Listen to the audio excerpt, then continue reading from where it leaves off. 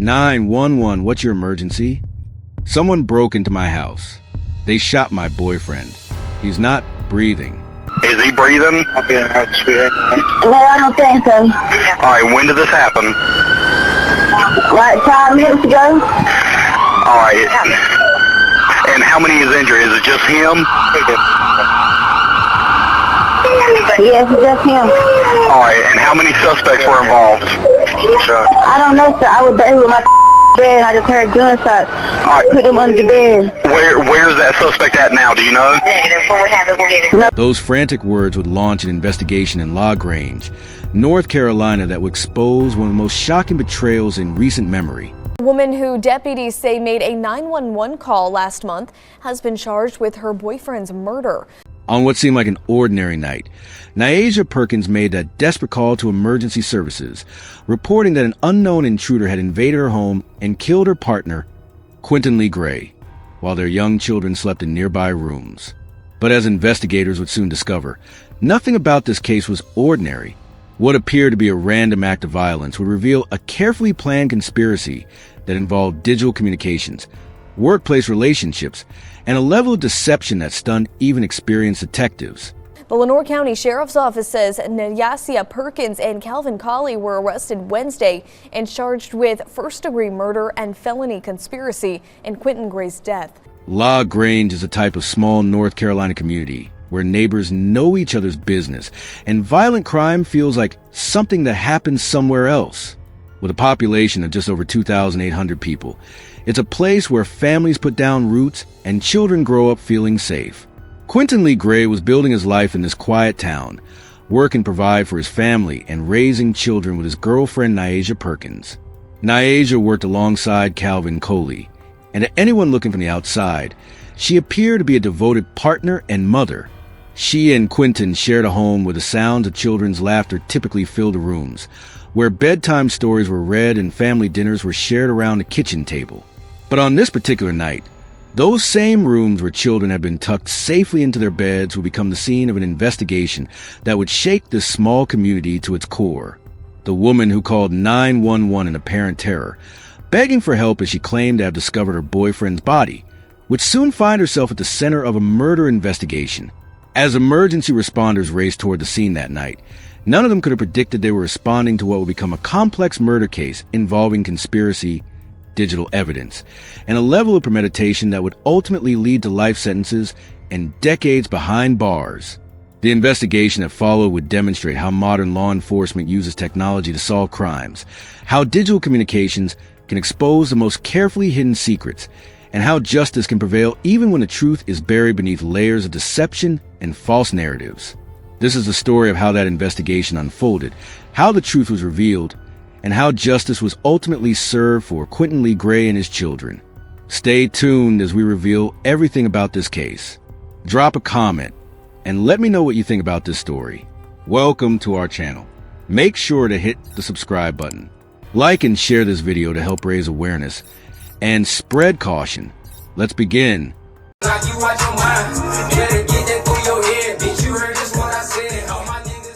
Quentin Lee Gray had returned from work. Dinner had been prepared, and the children were going through their nightly routines. Bath time, teeth brushing, bedtime stories. The ordinary moments that make up family life were playing out in their LaGrange home while the rest of the small community settled in for another quiet night. Nyasia Perkins appeared to be going through her normal evening routine as well. To any observer, she was simply a mother helping get the children ready for bed, a partner sharing an ordinary weeknight with a man she lived with and claimed to love. I'm gonna block on my motherfucking phone tomorrow, Yvette. All right, Jody, damn. Stupid ass, man. I can't believe you. What the fuck you doing? Sitting on the phone telling them all my personal business? He on the phone talking about, yeah, I know you still living with your mama. I don't want to hear that shit. There was no indication that she had been exchanging messages with her co-worker Calvin Coley, finalizing plans that would end Quentin's life before the night was over. The children were eventually tucked into their beds, their rooms quiet as they drifted off to sleep. These innocent children had no way of knowing that the adults they trusted to keep them safe had put a plan into motion that would change their lives forever. According to the timeline that investigators would later piece together, Calvin Coley was making his way toward the residence as the children settled into sleep. His phone would later place him in the area, contradicting any claims that he was elsewhere during the attack. Meanwhile, inside the home, Nyasia was preparing to execute the plan she had discussed with Calvin through their digital communications. The gunshots that ended Quentin's life shattered the quiet of the neighborhood. In a community where violent crime was rare, the sound of gunfire was shocking and unmistakable. Yet despite the noise, the children somehow remained asleep, spared from witnessing the murder of their father, but destined to wake up to a world forever changed. Within moments of the shooting, Nyasia was on the phone with 911, her voice filled with what sounded like genuine panic and terror. "Someone broke into my house. They shot my boyfriend. He's not breathing," she told the emergency dispatcher, painting a picture of herself as a victim who had discovered her partner's body after an unknown intruder had invaded their home. Is he breathing? No, I don't think so. All right, when did this happen? Like 5 minutes ago. All right. Her account during that 911 call would become crucial evidence later in the investigation. She described hearing gunshots, finding Quentin's body, and desperately trying to help while also checking on the children. To the dispatcher and the first responders who had arrived at the scene, Nyasia appeared to be a traumatized woman who had experienced every person's worst nightmare, a home invasion that had turned deadly. Emergency medical services and law enforcement arrived at the scene within minutes, but there was nothing they could do for Quentin. He had been shot and killed, leaving behind his children and what appeared to be a devastated partner. The paramedics confirmed what Nyasia had reported. Quentin Lee Gray was dead. Nyasia continued to provide her account to responding officers, describing how she had heard the gunshots and discovered Quentin's body. She maintained that an unknown intruder had broken into their home, shot her boyfriend, and fled the scene. Her emotional state appeared consistent with someone who had just experienced a traumatic event, and initial responders had no reason to doubt her version of events. But as investigators began their work, they would start noticing details that didn't align with Nyasia's account of a home invasion. The evidence would tell a very different story than the one she had provided to emergency services and responding officers. The first major red flag was the lack of forced entry. In genuine home invasions, intruders typically leave clear evidence of how they gained access to the residence.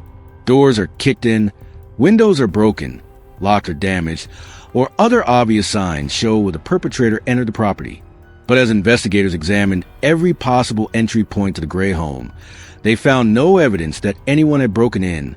All doors remained properly locked with no damage to frames or hardware. Windows were intact with no signs of forced opening. Even areas that might provide alternative entry routes showed no disturbance. For an unknown intruder to have accessed a home and committed murder, they would have needed to enter through some route that left physical evidence. But no such evidence existed. The absence of any indicators of robbery presented another significant problem with Nyasia's account. In legitimate home invasions, perpetrators are typically seeking items of value that can be quickly taken and sold. Electronics, jewelry, cash, and other easily portable valuables are usually targeted. But investigators found that nothing had been stolen from the Gray residence. Television sets, gaming systems, computers, and other electronics remained untouched. Jewelry and other valuables were found exactly where they should be, with no indication that anyone had searched the home looking for items to steal. Even cash that was visible in the residence had not been taken. This absence of theft was highly unusual for what was supposed to be a robbery that had escalated to murder. The ballistic evidence presented perhaps the most significant contradiction to Nyasia's version of events. The gunshot patterns and trajectories did not support her description of where the shooter had been positioned or how the attack had occurred. Experienced investigators who examined the scene found that the physical evidence of the shooting was inconsistent with her account of discovering the intruder and the subsequent gunfire. At this point, investigators started questioning everything. What would you do if the evidence didn't match the story? Let me know what state or country you're watching from. I love seeing where our true crime community is located. The investigation began focusing on digital evidence, recognizing that modern criminal investigations often rely heavily on electronic communications, phone records, and other technological evidence that can provide insights into relationships, planning, and coordination between individuals. Investigators obtained warrants for phone records and began examining the digital communications of everyone connected to the case. During the expanded investigation, Calvin Coley emerged as a person of interest. As Nyasia's co-worker, he had regular contact with her and would have had knowledge of her personal life and household routines. Investigators began examining his potential connection to the case and his whereabouts during the time of the murder. The breakthrough in the case came through digital forensics, demonstrating how modern technology has revolutionized criminal investigations. When investigators obtained warrants for phone records and began examining electronic communications, they discovered a trail of digital evidence that completely contradicted Nyasia's account of what happened that night. Phone records revealed extensive communication between Nyasia Perkins and Calvin Coley in the days and weeks leading up to Quentin's murder. Rather than the occasional work-related messages that might be expected between co-workers, their communication showed a pattern of frequent contact that extended far beyond professional interactions. More damaging than the frequency of their communications was the content of their messages. Text message records subpoenaed by investigators revealed that Nyasia and Calvin had been discussing plans to kill Quentin, with conversations that detailed timing, logistics, and methods for carrying out the murder while making it appear to be a random home invasion. Location data from Calvin's mobile phone provided crucial evidence that placed him near the Gray residence during the time of the murder. Cell tower data and GPS information contradicted any potential claims that he had been elsewhere during the attack. The digital trail showed his phone moving toward the area where Quentin was killed, remaining there during the time frame when the murder occurred, and then leaving the area afterward. The digital evidence also revealed the motive behind their conspiracy. The messages indicated that Nyasia wanted Quentin dead for reasons that went beyond any immediate conflict or argument. The communication suggested a level of planning that demonstrated her commitment to ending his life and her willingness to involve Calvin in carrying out the murder. The coordination revealed through their digital communications extended to the timing of the attack itself.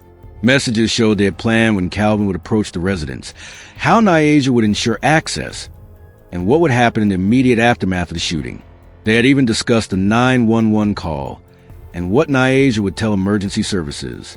Perhaps most shocking was the casual tone of many of these communications, as if they were planning an ordinary activity rather than premeditated murder. The messages lacked the emotional weight that might be expected from someone contemplating taking a life, instead reading more like logistical planning for a routine task. Calvin's role in the conspiracy was clearly established through the digital evidence. Rather than being a passive participant who had been manipulated into involvement, the messages showed he was an active contributor to the planning process, offering suggestions and coordinating his actions with Nyasia's plans. The evidence showed they had discussed what would happen to the children after Quentin's death, demonstrating their awareness that their actions would affect innocent lives. These conversations revealed a level of disregard for the welfare of the children, who would be left without their father and potentially without their mother if the conspiracy was discovered. Investigators also found evidence that the pair had deleted many of their communications, attempting to hide the extent of their planning from law enforcement. However, digital forensic specialists were able to recover deleted messages and reconstruct a comprehensive timeline of their conspiracy. The recovered communications included conversations about potential alibis and backup plans if their initial strategy failed. They had discussed what to do if investigators became suspicious and how to maintain their stories under questioning.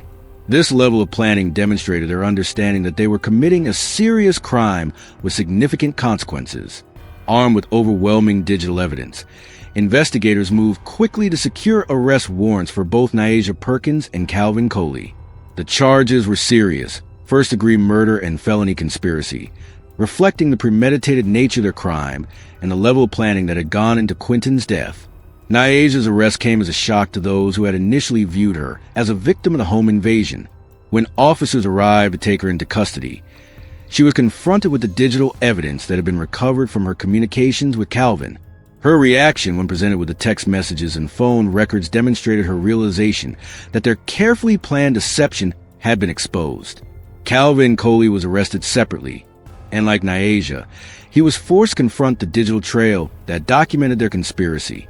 The location data from his phone that placed him near the residence during the murder, combined with the recovered communications planning the crime, left little room for denial of his involvement in Quentin's death. Both defendants initially maintained their innocence despite the evidence against them. However, the strength of the digital evidence made it clear to prosecutors that they had strong cases against both conspirators. The electronic communications provided a detailed record of premeditation that would be difficult for any defense team to overcome. During the legal proceedings, the community of La Grange struggled to understand how two people could plan such a betrayal. Residents who had known Nyasia and had worked with Calvin found it difficult to reconcile the people they thought they knew with individuals capable of planning and executing a murder. When the verdicts were delivered, the jury found Nyasia Perkins guilty of first-degree murder. The evidence of premeditation and her role as the primary planner of the conspiracy supported the most serious murder charge available under North Carolina law. Her conviction carried the possibility of life imprisonment without the possibility of parole. Calvin Coley was convicted of conspiracy in connection with Quentin's death. While his role had been significant, the evidence suggested that Nyasia had been the primary architect of the plan to kill Quentin. His conviction reflected his participation in the conspiracy, while acknowledging the different levels of responsibility between the two defendants. At sentencing, Nyasia received life in prison without the possibility of parole, ensuring that she would never again be free to harm another person or plan another murder. The sentence reflected the seriousness of her crime and the level of betrayal involved in planning the death of her children's father. Calvin was sentenced to 25 years in prison for his role in the conspiracy.